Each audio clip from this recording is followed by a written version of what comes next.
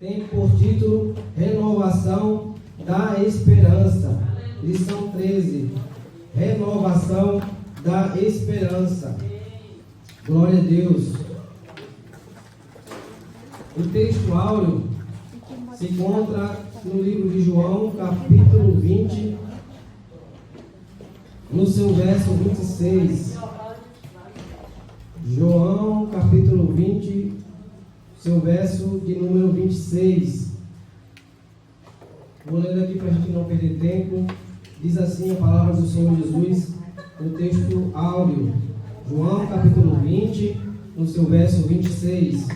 E 8 dias depois, estavam outra vez os seus discípulos dentro, e com eles Tomé. Chegou Jesus, estando as portas fechadas, e apresentou-se no meio e disse: Paz seja convosco.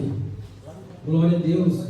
A verdade prática diz: a ressurreição de Cristo representa o ápice da esperança cristã. Glória a Deus. A ressurreição de Cristo representa o ápice da esperança cristã. João capítulo 20, verso 26. Glória a Deus. Irmãos, já vou pedir aqui para que alguém se prontifique a ler a leitura bíblica em classe, para depois a gente entrar no assunto da lição, a qual vamos estar aqui abordando alguns pontos importantes, porque se trata também da ressurreição, a qual a gente vem falando ao longo do trimestre. Então eu não quero ser repetitivo, cansativo, quero trazer alguns pontos específicos para que possamos aqui aprender e sermos edificados no Senhor Jesus. João capítulo 20, do 19 ao 31. Quem puder ler. Isso, a leitura bíblica em classe. João capítulo 20. Oi? A partir do verso 19 até o verso. João 20, 19, 20, e aí depois vai seguir 19, 20. Para no 20 e continua no 24 ao 31. Isso.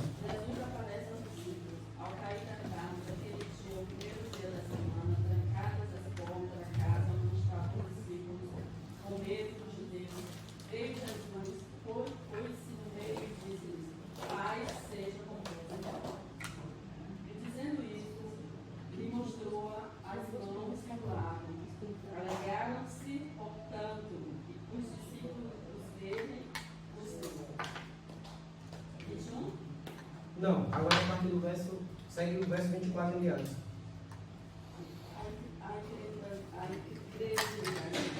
Ora, Tomé, um dos doze, chamado Didimo, não estava com eles quando veio Jesus.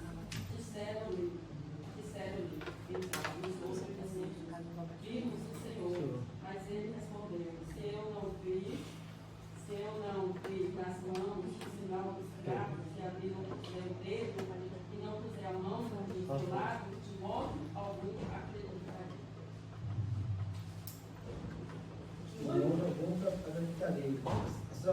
A senhora entendeu até o 25, né?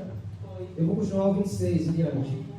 E 8 dias depois, estavam outra vez os seus discípulos dentro, e com eles Tomé. Chegou Jesus, estando as portas fechadas, e apresentou-se no meio, e disse: Paz seja convosco. Verso 27. Depois disse a Tomé: Põe aqui o teu dedo e vê as minhas mãos.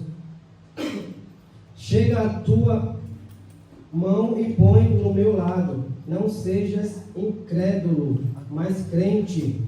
Verso 28. Tomé respondeu e disse-lhe: Senhor meu e Deus meu. Verso 29. Disse-lhe Jesus: Porque me vistes, Tomé, creste. Bem-aventurados que não viram e creram. Jesus, pois, operou também em presença dos seus discípulos muitos outros sinais que não estão escritos neste livro.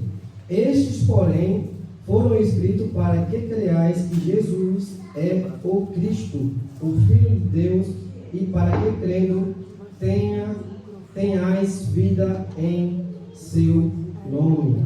Glória a Deus. Louvado seja o nome do Senhor. A introdução vai dizer assim.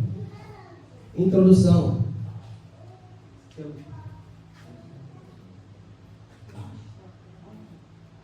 Introdução. Eu vou ler aqui enquanto a minha esposa coloca ali. Chegamos à última lição desse trimestre. A palavra que a define é esperança. A ressurreição do nosso Senhor simboliza o ponto culminante da esperança cristã. Por meio dela, conseguimos reforçar a nossa fé em Cristo, promover a alegria em vez de dar tristeza, afastar o medo e acolher a mensagem destemida do Evangelho. Nesta lição, somos convidados a renovar a nossa esperança. Glória a Deus. Irmãos, eu gostaria de fazer uma pergunta nesse início de lição. Alguém aqui de você já ficou pensando qual o propósito dessa ressurreição? Porque nós estamos falando de um tema a qual se iniciou o cristianismo. A Igreja de Jesus, ela foi fundada a partir do momento que Jesus ele ressurge, derrama ali o revestimento ali de poder para todos os seus apóstolos e irmãos que estavam ali reunidos reunidos num só lugar, e a partir dali começa ali o anúncio das boas novas. E eu gostaria de fazer aqui com vocês uma reflexão e perguntar a vocês o que vocês poderiam acrescentar quando a gente fala de ressurreição. Qual é o direcionamento? O que a gente pensa a partir da ressurreição? O que podemos agregar a partir desse entendimento de que Cristo ressuscitou? O que podemos agregar para a obra de Deus? Alguém tem em mente? Esperança da vida eterna. Isso. Esperança da vida eterna. Isso. Quem quiser compartilhar também, para que a gente possa também edificar uns aos outros, né, com os conhecimentos, com a fala, porque é importante a participação também de vocês, para que a gente vá perdendo também um pouco a timidez e desenvolvendo, né, na fé do Senhor Jesus. Muitas vezes encara a morte como sendo uma. Às vezes pode ser doloroso. Você pode, mas certos tipos de morte não pode. Mas você está tranquilo, mesmo sabendo que, ainda que seja doloroso, seja ou não seja doloroso, isso não é um fim, sim, uma passagem. Aquele que morre em Cristo continua vivo depois dele. Exatamente. Nós sabemos que a ressurreição de Cristo trouxe essa esperança poderosa. Porque quando a gente tem o conhecimento dessa realidade, nós temos agora uma esperança que não nos deixa mais temer. Porque se, como o nosso irmão falou, se nós morremos por um tempo fisicamente, mas a vida segue para a eternidade. O inimigo não mais tem a oportunidade de prender-nos na morte por conta do pecado, porque Jesus Cristo venceu a morte. E Jesus Cristo venceu aquilo que nos deixava ali sob sentença ali, que não tinha escape. E Jesus foi aquele que se ofereceu como sacrifício vivo para nos dar esse escape, para nos comprar e dizer: agora vocês têm vida, vida a partir do meu nome. Aí em meu nome vocês têm vida e não mais temerão, porque eu, Senhor, como diz lá em Mateus 28, estarei convosco todos os dias até a consumação dos séculos. Então nós temos essa esperança viva dentro de nós. Temos que refletir, irmãos, qual é o propósito da ressurreição. Porque o texto aqui, ele vai ser muito repetitivo no que se respeito à ressurreição, falando dos temas abordados, mas a gente precisa refletir para que nós estamos aqui hoje. Por que estamos aqui hoje? Qual o propósito de estarmos aqui? Por que conseguimos chegar até aqui? E eu gostaria de já começar abordando alguns pontos com vocês nessa lição. Eu vou só ler aqui os subtópicos, para a gente não ficar só aqui nos pontos que eu anotei. O que a lição trata aqui, nesse dia, é a paz. Quando ele diz aqui no primeiro subtópico, primeiro título, a paz seja convosco. Ele aparece para os discípulos desejando a paz. No segundo, ele é o registro das aparições de Jesus ressurreto, que ele aparece a primeira vez para eles, para um grupo com portas fechadas. A segunda lição, Jesus ele aparece após a ressurreição aproximadamente 10 vezes para vários dos seus discípulos. Ele aparece lá para aqueles 2 discípulos no caminho de Emaús, ele aparece para Maria, ele aparece para os discípulos que estão ali em João 20, 19, com as portas trancadas. Ele aparece uma segunda vez, na próxima semana, para Tomé, porque Tomé não estava presente na primeira vez, onde ele vai lá e pede para que Tomé constate, porque é um ponto importante, irmãos. Muito se fala negativamente de Tomé, mas claramente nós vemos que todos aqui estavam desacreditados. A Bíblia vai dizer que eles estavam como se fossem órfãos. Era como se fossem órfãos, como se tivessem perdido ali seu pai. Então, não era só Tomé. Todos estavam ali descrentes. E aí, como a gente leu aqui na lição, aqui no texto, no versículo, deixa eu ver aqui, 27, né, de João 20. Depois disse a Tomé: põe aqui o teu dedo e vê as minhas mãos. Chega a mão e põe no meu lado, onde ele foi perfurado. Né? Não sejas incrédulo, mas crente. Nós estamos aqui, irmãos, porque nós cremos no Cristo que foi nos apresentado. Nós estamos aqui proclamando porque nós cremos que esse Cristo ele é real e um dia ele voltará para nos buscar. Então, ele reafirma aqui para os discípulos pessoalmente: seja crente. Não espere ter uma comprovação ali palpável para você crer. Aí ele fala ali: bem-aventurados os que creram, mas não viram. Creram sem ver, porque deles é o reino dos céus. Mas foi importante ter essa conexão de toque para que não tivesse dúvida, né? Para que fosse um fato verificável. Maria foi uma das que, quando viu Jesus, quando ela confundiu ali Jesus com o jardineiro, ela, se não me engano, em Mateus ou em Marcos, fala que ela se prostra e se abraça com os pés de Jesus. Ela toca Jesus. Então, ela também toca no mestre. Jesus ele come com os discípulos. Jesus ele prepara ali um pão ali, um peixe para os discípulos que estão pescando ali e não estão conseguindo nada, porque eles voltam a pescar, acovardados, já pensando que já era, não tinha mais. A visão de que Jesus viria com força, com braço forte, para tomar conta dos poderes e reger ali, tirando todas as autoridades terrenas, isso matou a fé deles. Porque a visão que eles tinham era de que Jesus viria com poder para dominar, como era o governo romano.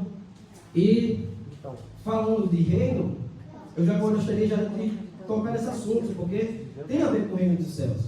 A primeira mensagem, quando João aparece no deserto pregando, ele fala para os fariseus, saduceus e para todo o povoado, que anunciando o reino dos céus. É chegado o reino dos céus. Em Mateus capítulo 3. Vamos ler aqui rapidamente o início de Mateus capítulo 3. Mateus capítulo 3. Vamos ver aqui um pouco da fala de João a respeito desse reino. Verso 1, 3, Mateus 3, a partir do verso 1. E naqueles dias apareceu João Batista pregando no deserto da Judéia. Verso 2: e dizendo: arrependei-vos, porque é chegado o reino dos céus.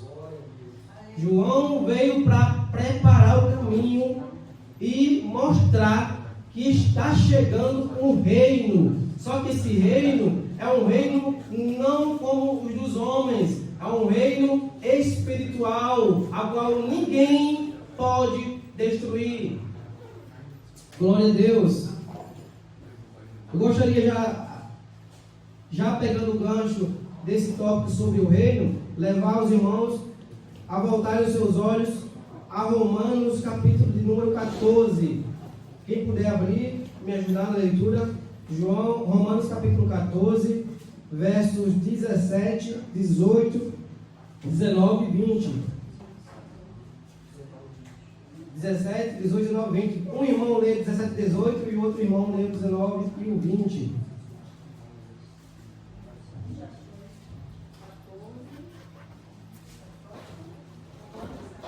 Isso. A partir de 17, 18 e o outro lê 19 e 20. A sequência.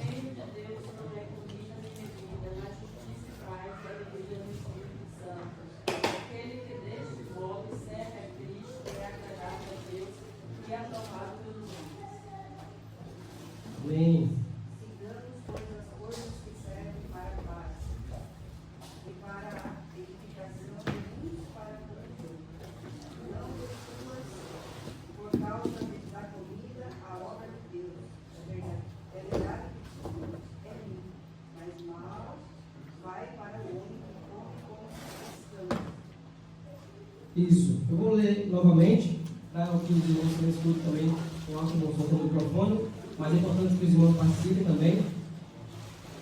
Vou ler novamente o verso 17 e 18, que diz: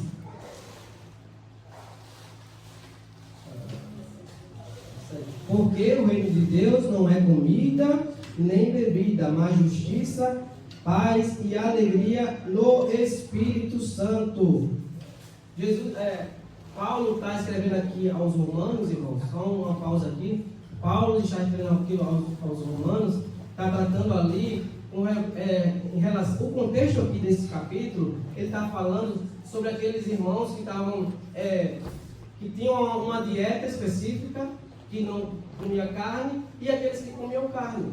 E o Romanos, e Paulo vai explicar para eles que Deus santificou todas as coisas por meio do seu Filho, e que nós não colocasse isso como impedimento na obra, como um bloqueio. Aí ele vai explicar que aquele que come não fale mal daquele que não come, e aquele que não come não fale mal daquele que come, e aquele que come, se o seu irmão ficar constrangido e for desviar ele do caminho do Senhor, não coma para não escandalizar o seu irmão e desviar ele da palavra. Isso é sabedoria, é doutrina, irmãos. Se você se sente bem e a sua consciência não lhe condena, coma. Mas se seu irmão vai se sentir afetado, triste e vai afastar ele da fé, não coma para que não perca o seu irmão. Isso é maturidade espiritual, isso é sabedoria. Nós temos que ter essa sabedoria para que a igreja continue unida. A unidade, como eu vou falando esses dias aqui para alguns irmãos, que a gente às vezes se reúne. Ontem se reuni com alguns irmãos, o pastor e mais dois irmãos, o Natanael e o irmão Hermes, e foi fazer um passeio turístico aqui, pedalar um pouco, e a gente parou para conversar sobre Deus. Tivemos um momento de reflexão e estávamos falando sobre a unidade. A unidade, ela não se separa. Quando o irmão está fraco, nós, como o irmão está mais sustentado, temos a obrigação em Cristo Jesus, porque Ele é o cabeça, Ele que move o corpo. Nós temos a obrigação de fazer com que esse irmão, esse outro membro, volte a funcionar como o de costume. Então, é uma obrigação. É por isso que não tem como ter vida fora do corpo. Não tem como as pessoas que usam de argumento para não congregar ficar fora do corpo, porque não há vida. Se um membro ele sai do corpo, logo ele apodrece. Ele vai entrar num estado de putrefação, né? de apodrecimento. Então, qual é a função nossa como membro? Fortalecer. Se alguma parte do corpo não está funcionando bem, vamos buscar tudo que a gente puder para que o corpo volte a estar no seu estado normal de funcionamento, para que o Evangelho continue a crescer. Voltando para a leitura do verso 18, eu li o verso 17. Vamos para o verso 18. Diz assim: porque quem nisto serve a Cristo, agradável é a Deus, aceito aos homens. Veja só, porque quem nisto serve a Cristo, agradável é a Deus e é aceito pelos homens. Isso aqui vai para aqueles que gostam, irmãos, de dizer assim que eu não tenho que dar satisfação a ninguém na minha vida, eu não tenho que me preocupar com as pessoas. Não, eu tenho que servir a Deus, me apresentar aprovado a Deus e também aos homens. Porque se as pessoas me verem vivendo de qualquer forma fora do Evangelho, eu vou ser um péssimo testemunho, um péssimo exemplo. Eu não vou ser um membro exemplar. Eu não vou estar preservando a saúde do corpo. Eu falo do corpo, a igreja. Então, aqui fica claro que nós sim temos que ter cuidado. E aí eu vou mais fundo. O que é que a nossa fala tem gerado nas pessoas? O que é que a nossa comunicação, ao abrir a nossa boca, o que é que tem falado às pessoas? O que é que as pessoas têm recebido de Deus através da sua fala? Será que o que você tem falado tem testificado sobre Deus? Será que as suas redes sociais, aquilo que as pessoas veem, naquilo que você posta, nos stories, no WhatsApp, no Instagram, de todas as redes sociais que você tem, o que ela fala sobre Deus? Qual testemunho ela dá sobre Cristo Jesus? Será que ela está edificando as pessoas que estão vendo e ouvindo? Ou será que ela está servindo de péssimo exemplo para as pessoas? Mas está afastando do Evangelho do que aproximando.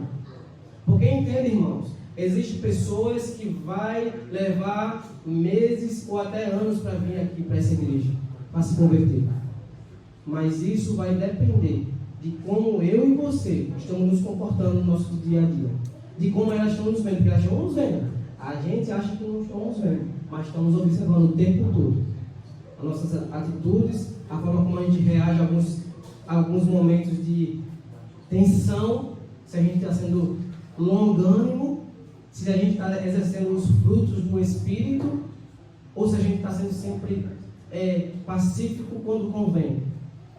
E assim não funciona. Assim não funciona. Eu preciso tratar, irmão, esses pontos, porque eu acredito que vocês perceberam que quando o Evangelho foi anunciado, em Atos 2 ali, houve aquela conversão de aproximadamente 3.000 pessoas. Você viu como foi explosivo, né? A expansão foi muito rápida. Só que a doutrina, ela caminhou em marcha lenta. A doutrina bíblica, ela caminhou em marcha lenta. Tanto é que Paulo vai escrever as cartas para poder organizar as igrejas. Porque estavam crescendo muito rápido, porém não tinha organização. E aí ele escreve para poder organizar as igrejas. Ele escreve para poder que os crentes, os novos crentes, voltem os seus olhos para as cartas, onde está colocando ali os pontos doutrinários de como devemos nos comportar na fé, para que a obra continue a crescer, não somente, mas crescer com saúde espiritual. Crescer com pessoas fortes, bem alimentadas, provadas, que saiba que o sofrimento faz parte da vida do ser humano. O sofrimento faz parte de todo cristão. Eu gostaria já de pegar esse gancho do sofrimento, porque muito se fala hoje em dia, infelizmente, que nós nascemos para vencer, para conquistar. Você vai vencer, você vai triunfar. Mas qual é a verdadeira mensagem do Evangelho?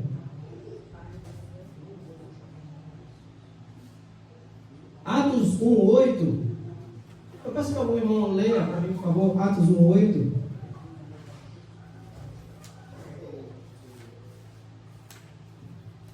Atos 1:8.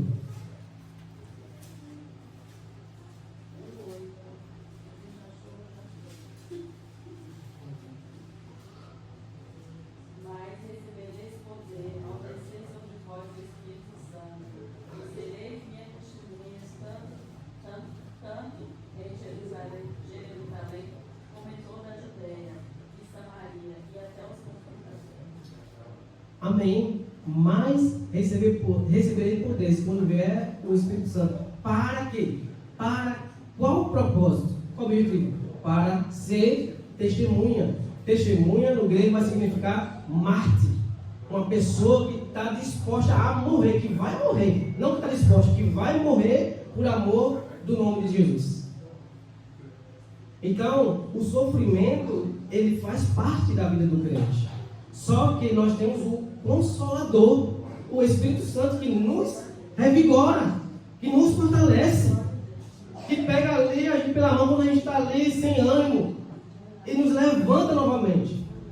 Mas a aprovação, ela faz parte, ela está inserida no cristianismo. Não podemos vir aqui no púlpito e pregar algo contrário a isso, a tirar isso da vida do crente, porque ela faz parte, ela foi verbalizada pelo nosso Senhor, aquele que trouxe o cristianismo, aquele pelo qual foi fundada a igreja. Por que nós vamos pegar diferente? Por que nós vamos viver diferente? Amém, irmãos? Está claro? Glória a Deus. Voltando aqui para os versos 19 e 20 do Romanos 14. Sigamos, pois, as coisas que servem para a paz e para a edificação, uns para com os outros. Veja só. Por que a gente deve seguir? Por que a gente tem que estar obedecendo a Deus, servindo a Deus, estando sendo visualizado pelos nossos irmãos como pessoas aprovadas em Cristo? Para a edificação do corpo. Se o nosso comportamento está sendo bem, e aí lá em Atos 6, não temos tempo para falar tudo, em Atos 6, Deus vai inspirar os apóstolos para levantar diáconos, porque estava crescendo muito, não tinha como dar conta, e os apóstolos não poderiam parar de pregar a palavra, eles tinham que estar focados na expansão do Evangelho. E aí eles levantam diáconos, 7 diáconos, entre eles Filipe e Estevão. E uma das qualificações era a boa reputação. Para ser um servo, uma serva, um missionário, agir, atuar no reino, precisa ter uma boa reputação. Nós precisamos ser bem vistos perante os que estão de fora, para que a igreja cresça, para que eles creiam no Evangelho de Jesus, creiam que há poder no nome do Senhor Jesus, que Jesus liberta, que Jesus tira o homem da escravidão das drogas, por exemplo, do vício do alcoolismo, do espírito de loucura e tantas outras coisas, que quando a gente vem para Cristo, Ele nos resgata, Ele nos livra de todo o laço do inimigo. Mas para isso nós temos que ter uma boa reputação, irmãos, para que esses irmãos, essas irmãs que virão ser pela fé nossos irmãos, venham crer. Amém? O verso 20 de Romanos 14: não destruais por causa da comida a obra de Deus. Esse texto também fala, irmão, sobre o que é material. Muito tem se lutado por coisas materiais, muito tem se pregado sobre coisas terrenas, mas o reino de Deus não é material. E quando você concentra os seus olhos para o que é material, nós estamos colocando em risco o cristianismo, destruindo, dividindo o cristianismo, colocando o cristianismo em xeque. Nós não viemos aqui para espalhar. O nosso propósito é unir e progredir, levar o Evangelho adiante com o seu propósito estabelecido.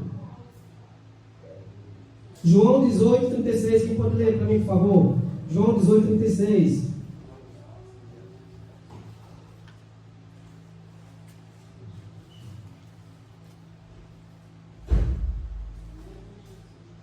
Louvado seja o nome do Senhor. João 18:36. Isso. Respondeu Jesus: o meu reino não é dele. Respondeu Jesus: o meu reino não é deste mundo. Se o meu reino fosse deste mundo, juntaria os meus servos, para que eu não fosse entregue aos judeus. Mas agora o meu reino não é daqui. Jesus deixa claro que o reino dele não é no campo material. Ele não é deste mundo. Ele está falando para Pilatos. Não é desse mundo. Daniel, ele teve essa revelação lá em Daniel capítulo 2. Quero rapidamente que alguém leia Daniel capítulo 2, versos 44 e 45. Nós vamos entender que já foi profetizado lá no Antigo Testamento sobre esse reino. Louvado seja o nome do Senhor. Daniel capítulo 2, versos 44 e 45.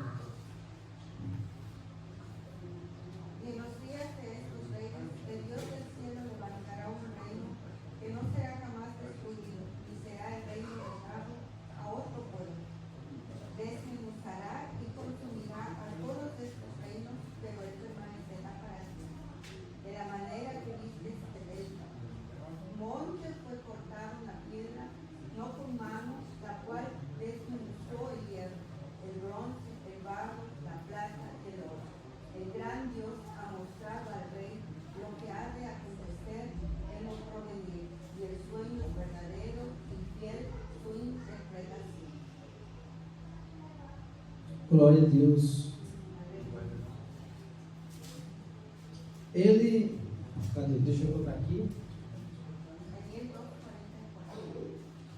Você pode colocar aqui. Daniel, capítulo 2, 44 e 45. Para que a gente leia aqui, pausadamente. Daniel, capítulo 2, 44, primeiramente.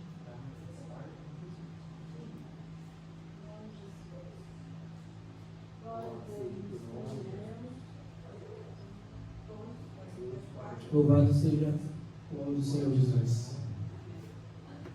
2:44.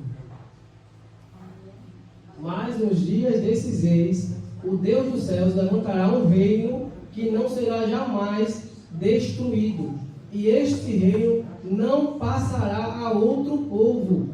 Esmiuçará e consumirá todos estes reinos, mas ele mesmo subsistirá para sempre. Não passará para outro povo. Não passará desse povo, de um povo para o outro, como passou do reino babilônico para o reino medo-persa, do medo-persa para o da Grécia, da Grécia para o da Roma. Terminando do Roma veio o cristianismo, e do cristianismo eternamente.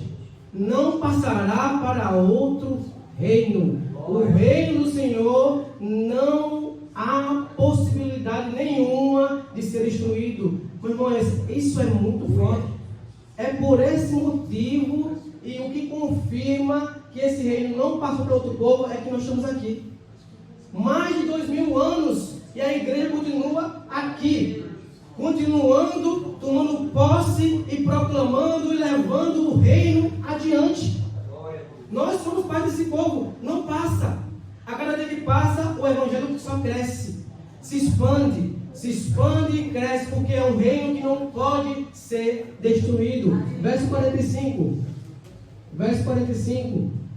De maneira que vistes que do monte foi cortada uma pedra, sem auxílio de mãos, e ela esmiuçou o ferro, o bronze, o barro, a prata e o ouro. O grande Deus fez saber ao rei o que há de ser depois disso. Certo é o sonho e fiel é a sua interpretação. Ele está dizendo aqui uma verdade, rei. Essa é uma verdade e ela vai se cumprir. E se cumpriu, meu irmão. Tudo aquilo que Deus fala se cumpre. Então, fiel é essa palavra. Não se mantenha fraco. Se levante novamente. Se hoje você veio aqui com um sentimento de derrota, de fraqueza, Deus está dizendo: você pertence a um reino indestrutível, forte, bem sustentado, a qual ninguém pode destruir e acabar. Aleluia. É uma verdade poderosa, meus irmãos. Nós servimos a um reino poderoso. Glória a Deus. Louvado seja o nome do Senhor Jesus. Ah, Senhor Jesus, tu és fiel.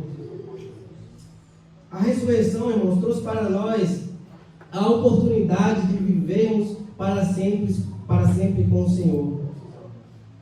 Veja Mateus 28, 19 e 20. Alguém pode ler Mateus 28, 19 e 20 rapidamente. E o outro abre João 14, 3 e leia também, por favor.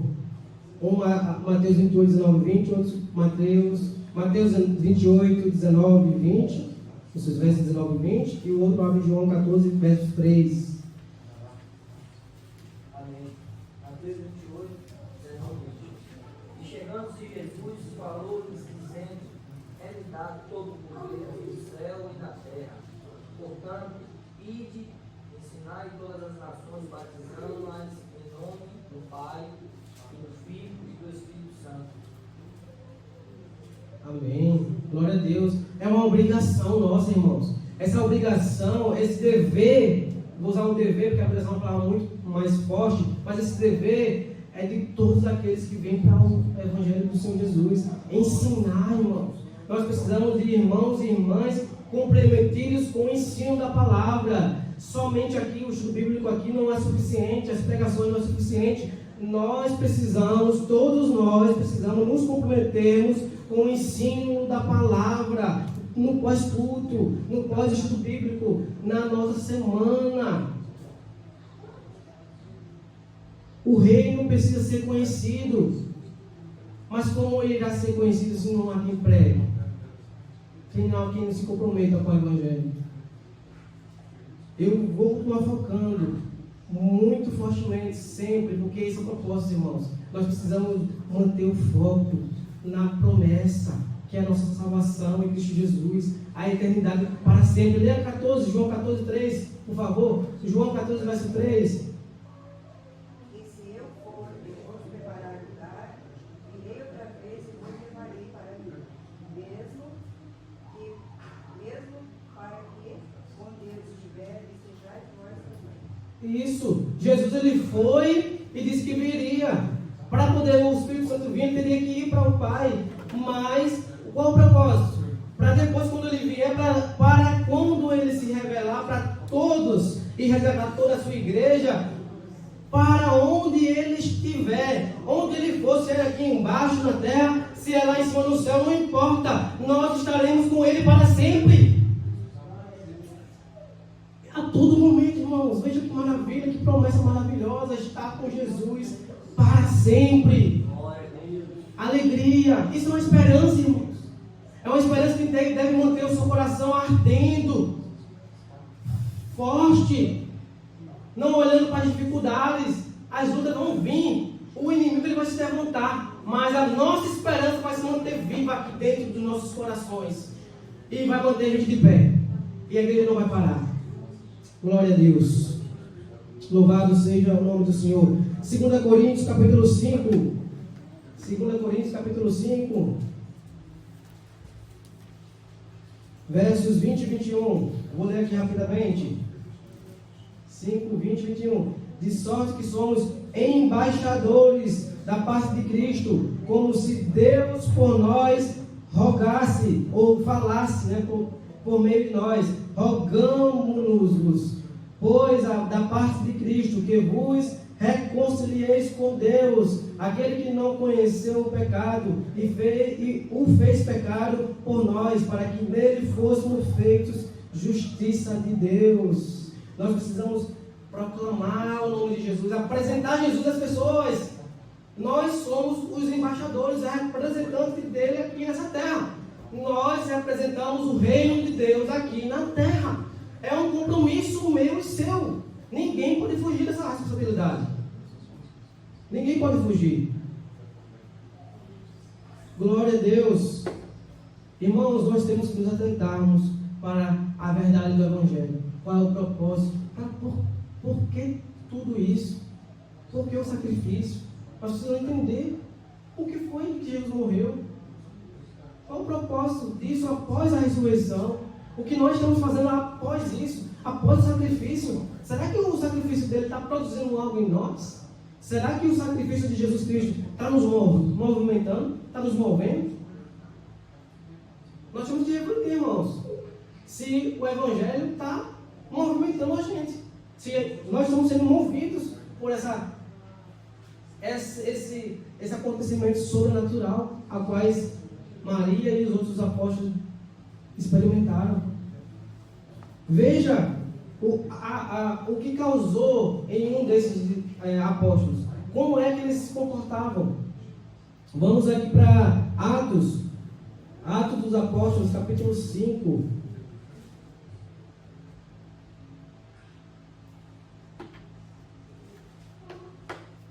Alguém que puder ler em voz alta, o verso 40, 41 e 42. Retiraram-se, pois, da presença do conselho, regozijando-se de terem sido julgados, dignos de padecer a afronta pelo nome de Jesus, e de todos os dias no templo e na casa não cessavam de ensinar e nem de anunciar a Jesus Cristo. Glória a Deus. E concordaram com ele, chamando os apóstolos e tendo-o açoitado, mandaram que não falassem mais o nome de Jesus e o deixaram ir. Eles apanharam para não falar mais Jesus. Qual foi a consequência desse açoite? Eles se desanimaram? Eles ficaram tristes? Vamos ver aqui a sequência. Verso 41. Retiraram-se, pois, da presença do conselho, regozijando, ou seja, se alegrando por terem sido julgados dignos de padecer a afronta pelo nome de Jesus. Eles apanharam e estavam se alegrando porque eles lembraram: Cristo sofreu muito mais que nós. Eu estou me alegrando porque eu estou participando do mesmo que o meu mestre passou, das mesmas aflições. Eu me alegro com isso porque eu sei que agora eu estou sendo julgado digno. Jesus pode olhar para mim assim e dizer assim: servo bom e fiel, serva bom e fiel. Não está olhando para as dificuldades, não está olhando para as afrontas, para os levantar de dedos, mas está olhando para Cristo, o autor e consumador da nossa fé, e sendo fortalecido, se alegrando. E o que mais eles fizeram? Regozijando-se de terem sido julgados dignos de padecer a afronta pelo nome de Jesus. Olha o verso 42. E todos os dias, no templo e nas casas, não cessavam de ensinar e anunciar a Jesus Cristo. É no templo e na casa, irmãos. Jesus é perfeito na sua palavra. Ele deixa tudo amarrado. Não tem como. Vocês que se julgam pessoas que não precisam de estar congregando, têm que estar na comunhão com os irmãos. Você só vai ser igreja se você estiver inserido no corpo, o qual o cabeça é Cristo. O que move é esse corpo aqui, essa igreja aqui em Berlim, é Cristo, nosso cabeça. E só pode ser igreja se você estiver inserido no corpo. E qual é o propósito dessa igreja? Ensinar. Anunciar Jesus. É falar de Jesus e também ensinar. Ensinar quem? Seus filhos, por exemplo, na sua casa. Os seus colegas de trabalho, quando tiver oportunidade. Alguém que você encontrar na rua e puder falar de Jesus para ela. E falar do amor de Deus, o que Ele fez na sua vida. Testemunhando o que Jesus fez na sua vida. Porque não precisa saber muito, irmãos. Não precisa ter um curso de especialização ou uma faculdade para falar de Jesus. Você precisa ter Deus no coração. Precisa ter o Espírito Santo aqui ardendo e manifestando ali a sua graça e misericórdia para você dizer assim: irmão, minha irmã, só há salvação nesse nome. Eu era um perdido, uma perdida. Eu vivia nas drogas, na prostituição, e Ele me resgatou das trevas e me trouxe para a sua maravilhosa luz. Comece por você, irmão, testemunho sobre a sua vida. Há uma urgência nesse ponto, para que a igreja ponha em prática. Não deixemos, irmãos, esses pontos ficar isolados, porque por não falar de Jesus, por não cumprir aquilo pelo qual nós fomos chamados, é que a igreja sofre, é que a igreja padece. É por isso que a igreja não consegue se manter firme e forte, porque nós se mantemos fracos por falta de entendimento. Nós não temos interesse de abrir a nossa Bíblia na semana, na nossa casa, fazer nosso devocional, ouvir sobre Jesus, estudar sobre Jesus, quem é Jesus, o que Ele fez por nós, a vida dos apóstolos. E por não ter esse interesse, a gente, consequentemente, não é lembrado, porque o Espírito Santo ele vai lembrar aquilo que a gente estuda. Em João 14:26, o Consolador ele veio para também, não só consolar, mas para ensinar, para lembrar. Lembrar, se você tiver, lembra, meditando, falando com o seu mestre na semana, no seu dia a dia, falando de Jesus para os seus filhos no caminho, indo para casa, voltando para casa. Não cesse, irmãos. Que possamos assumir a nossa responsabilidade, porque é nossa. Não só cabe aqui a mim, os pastores, é nossa. Jesus morreu por nós, por todos nós.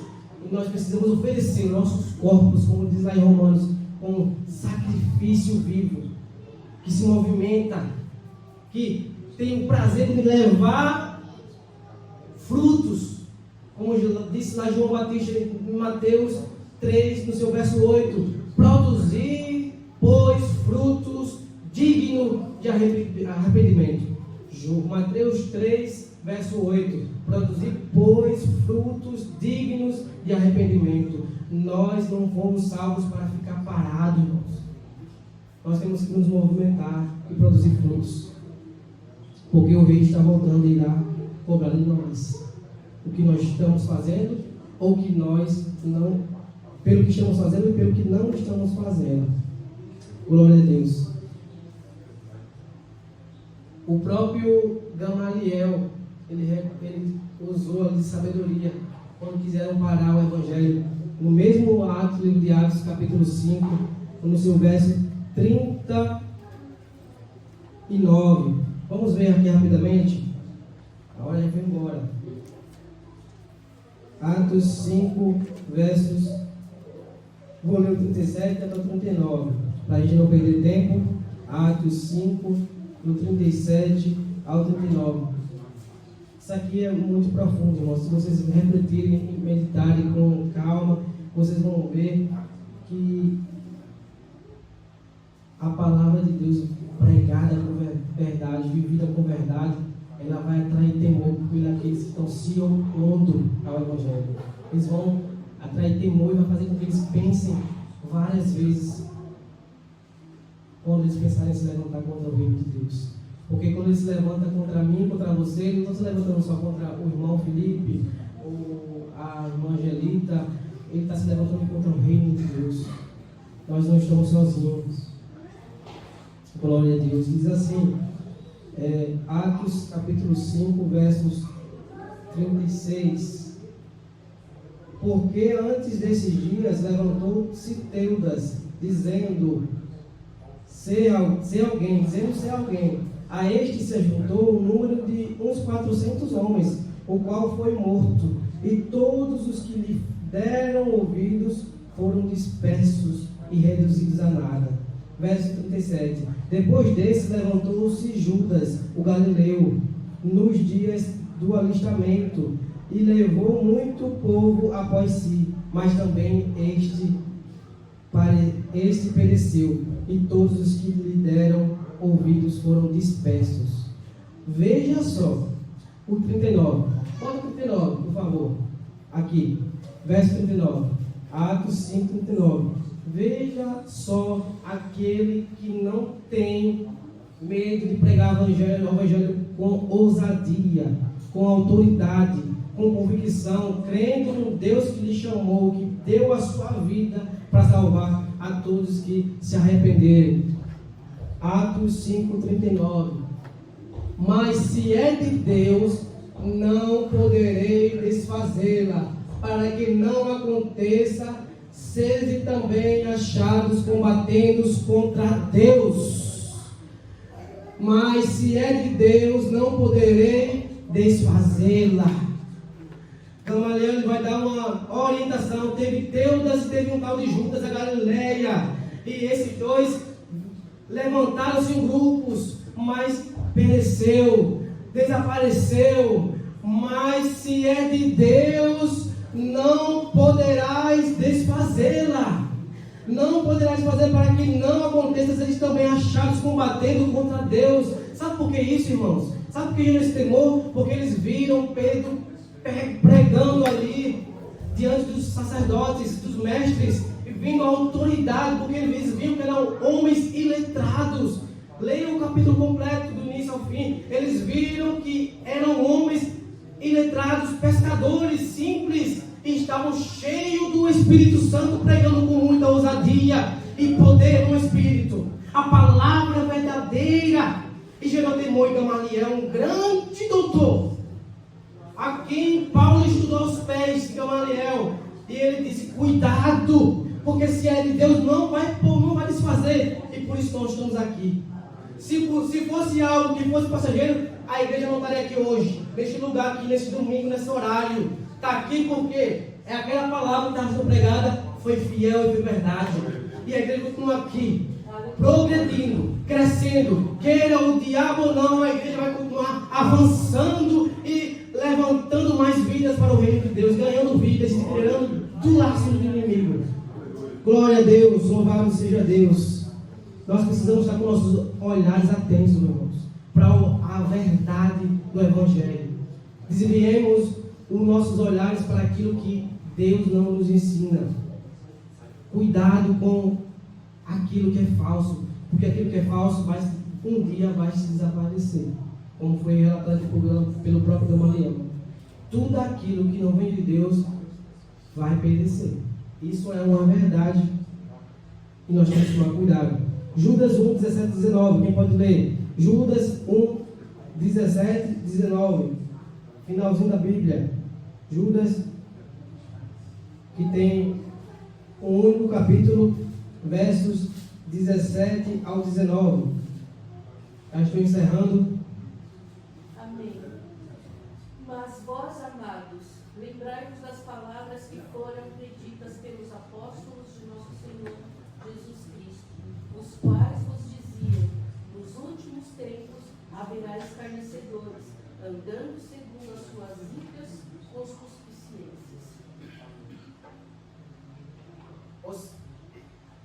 Ou seja, pelos seus próprios desejos carnais, os seus próprios interesses terrenos. E nós entendemos aqui que o nosso propósito aqui é espiritual, não se trata de material. E se voltarem por seus desejos terrenos, interesses pessoais, eles vão trazer mensagens terrenas. Eles vão trazer as pessoas para o seu universo, para o que justamente atrai a elas, que é a terra, o materialismo, o consumo. E isso vai prendendo, a pessoa fica presa só em realizar sonhos, e mais sonhos, e esquece da salvação em Cristo Jesus. Só complementando o 19, estes são os que causam divisões, são sensuais e não têm o Espírito. É muito forte, irmãos. Estes são os que causam divisões e que não têm o Espírito. Vocês conseguem entender, irmão, essa verdade? Muitas pessoas estão congregando na igreja, mas o Espírito Santo de Deus não habita nelas, porque elas adotaram uma doutrina humana, terrena. Elas querem ouvir o que lhe agrada. O que lhe agrada é o que lhe convém. O que lhe aquece o coração é isso que ela quer ouvir. Mas Jesus é amor, é justiça, é alegria no Espírito. O reino dele é espiritual. E nós temos que nos atentar às coisas do reino. 1 João capítulo 4, versos 5 e 6, continuando nessa mesma observação, a termos esse cuidado. Já estou encerrando. Começamos 11:9, vamos a 12:9, e Deus vai sendo glorificado. Glória a Deus.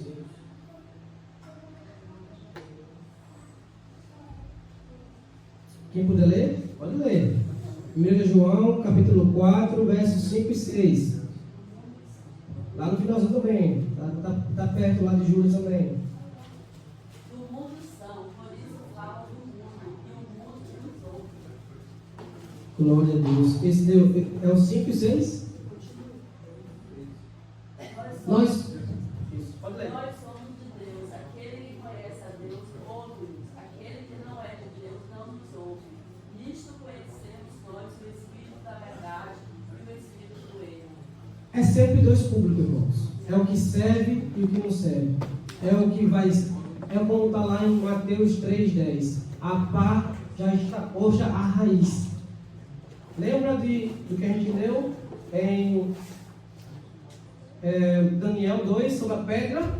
A pedra que atingiria justamente o pé, tirando totalmente ali o poder da estátua, derrubando tudo. A mesma simbologia é Mateus 3,10. O machado já está posto à raiz. Bota aí Mateus 3,10 se eu estou enganado. Mateus 3,10. Que eu não anotei aqui, mas eu digo que a memória está fresca ainda. Mateus 3,10. Depois volta para esse mesmo versículo, tá? Mateus 3,10. E também agora já está posto o machado à raiz das árvores. Toda árvore, pois, que não produz bom fruto, é cortada e lançada no fogo. Volta lá para 1 João 4, 6. É dos públicos, irmãos. João está pegando aqui para dois públicos. Aqueles que servem e aqueles que não servem. Os que produzem e os que não produzem. Os que produzem, salvação. Os que não produzem, condenação. Nós somos de Deus. Aquele que conhece a Deus, ouve-nos. Aquele que não é de Deus, não nos ouve. Isso quer dizer o quê? Que quem está aqui, irmãos, quem é de Deus e foi exortado e recebeu disciplina, vai ouvir, vai receber e vai aplicar. Porque quer salvação, quer mudança de vida, quer coração transformado, quer o caráter moldado, quer ser mais manso, mais mansa, mais longânimo, mais pacífico, mais paciente. Aí vai ouvir, vai receber a dura ali da palavra, não vai receber como se fosse do irmão Felipe, vai receber como se fosse de Jesus, se repreendendo: minha filha, seja mais calma, seja mais longânimo, seja mais longânima, tenha mais paciência. Ela vai ouvir. Por quê? Porque é de Deus. E que não ouvir, está no espírito do erro, engano. Está junto com o grupo que está inserido no espírito do engano, a qual, como a gente leu lá em Mateus 3,10, será cortado na raiz e vai ser lançado no fogo que nunca se apaga. Qual é o propósito da ressurreição? Será que está produzindo efeito na nossa vida? Eu tenho sido mais crente ao refletir sobre essa verdade da ressurreição na minha vida. O que é que ela tem produzido em mim? Tem me deixado inconformado por estar servindo menos? Eu tenho sentido assim, irmãos. Cada dia que passa, eu tenho me sentido mais inconformado por estar andando em marcha lenta. Eu quero andar mais rápido. Eu quero produzir mais. Eu preciso produzir mais. Jesus fez demais por mim, irmãos. Eu sei disso. Que Jesus pagou um preço muito alto. Para que eu estivesse aqui hoje, anunciando a voz dele, o nome dele, proclamando. Ele fez muito, muito por mim. Hoje eu tenho uma família porque ele me deu vida. Ele me deu vida no sangue dele. E o que eu estou fazendo para ele? Como eu estou me movimentando? Eu estou sendo mais crente, mais paciente. Eu tenho recebido a palavra com amor, ou tenho renegado, ou querendo viver a palavra ao meu modo, entender e interpretar ao meu modo. Eu pego a palavra, eu distorço ela e adequo ao meu modo de pensar. E faço dela o que eu bem quero. E a Bíblia é clara: quando você distorce, você vai se encontrar com Deus no juízo final. Nós vamos fechar conta. Se a gente movimentar, acrescentar uma vírgula ou qualquer uma palavra que não esteja aqui, nós iremos dar conta de tudo, irmãos. Por isso nós temos que produzir frutos dignos de arrependimento. Jesus ressuscitou, Ele vive, Ele continua aqui, Ele está aqui no meio de nós, no meio dessa igreja, dentro de cada um de vocês, habitando na pessoa do Espírito Santo, para nos dar vida e uma esperança de que um dia nós iremos nos encontrar com Ele e veremos a face a face. E aonde Ele estiver, como lemos em João 14,3, estaremos nós. Aonde Ele estiver, você estará. Eu estarei. Nós estaremos com Ele. E essa é uma promessa que precisamos estar viva, precisa estar vivo nos nossos corações. Amém? Eu queria